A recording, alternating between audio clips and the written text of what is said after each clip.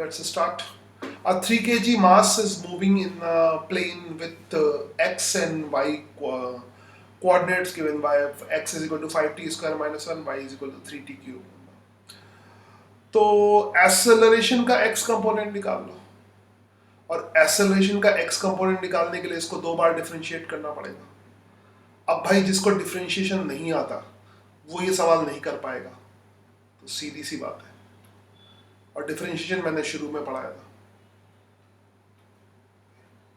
तो ax क्या होगा, डिफरेंशिएशन और two dimension motion, 5t square minus 1. इसको दो बार डिफरेंशिएट करेंगे, अभी तो v आएगा, इससे तो vx आएगा. तो vx पहली बार डिफरेंशिएट करने पे आ जाएगा 10t. दूसरी बार डिफरेंशिएट करने पे ax क्या हो जाएगा, dvx अपॉन dt.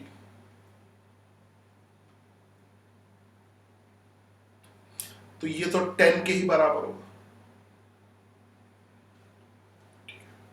ये हमने dx अपॉन dt लिखा है, obviously you will understand this. फिर भी मैं लिख देता हूं ऐसे, dx अपॉन dt. नाउ अब दूसरा पार्ट है इसका, y कंपोनेंट निकालना है एक्सेलरेशन का. तो पहले vy निकाल लो. ऑब्वियसली vy कितना होगा, dy upon dt.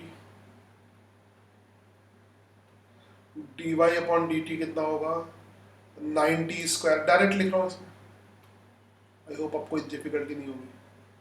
And ay is equal to कितना आ जाएगा, 18t. 18t. ठीक है, कुछ गड़बड़ हो बताना, दोनों को एक ही कलर से लिख दिया. ax में तो t का कोई फर्क ही नहीं पड़ेगा, t is equal to 2 second पे, मगर ay में पड़ेगा. ठीक है, सो ay की वैल्यू 2 सेकेंड पे देखनी है. कितनी हो जाएगी, 18 इंटू 2. ये कितना होता है, 36 मीटर पर सेकेंड स्क्वायर. और ax की वैल्यू पे तो कोई फर्क ही नहीं पड़ना है, तो ax की वैल्यू 2 सेकेंड पे, हरा कलर आ गया, 2 सेकेंड पे. यहाँ तो t, मगर फिर भी 2 सेकेंड पे लिखेंगे, दैट इज 10 मीटर पर सेकेंड स्क्वायर. जब वैल्यू है तो यूनिट भी लिख लो यहाँ पर भी, 10 मीटर पर second square. Now force acting निकालना है, तो फोर्स एक्टिंग का मैग्नीट्यूड चाहिए.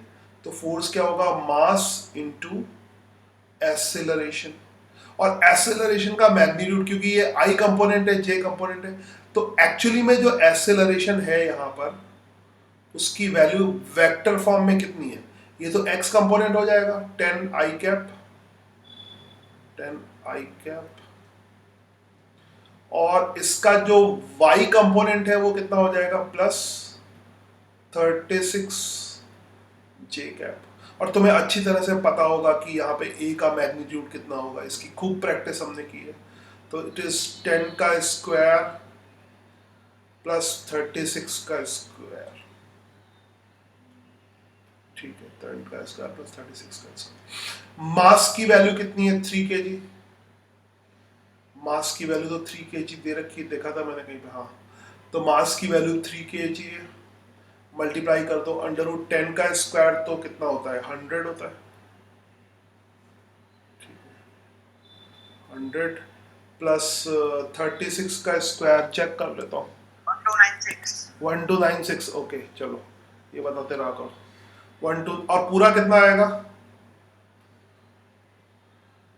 ये सॉल्व करके आएगा 1396 आएगा, अंडर रूट ऑफ है ना, 100 ऐड कर लोगे तो 1396 हो जाएगा. इसका अंडर रूट, हाँ, 3 इंटू अंडर रूट ऑफ 1396 जरूरत पड़ जाएगी. 1396 का अंडर रूट 37.3, तो 37.3 इंटू 3, 2.08। 112 तो हाँ चलो ये आंसर 112 आ रहा है, सो इट इज 112। तो इसको ऐसे लिखता हूँ 1396, दैट इज 112। ऐसे जेई में इस तरह की ऐसे डिफिकल्ट कैलकुलेशन आती नहीं है, मगर by the way by chance आ जाए, मगर बहुत रेयर होता है कि जब कैलकुलेशन में कोई दिक्कत आती है, बहुत रेयर होता है।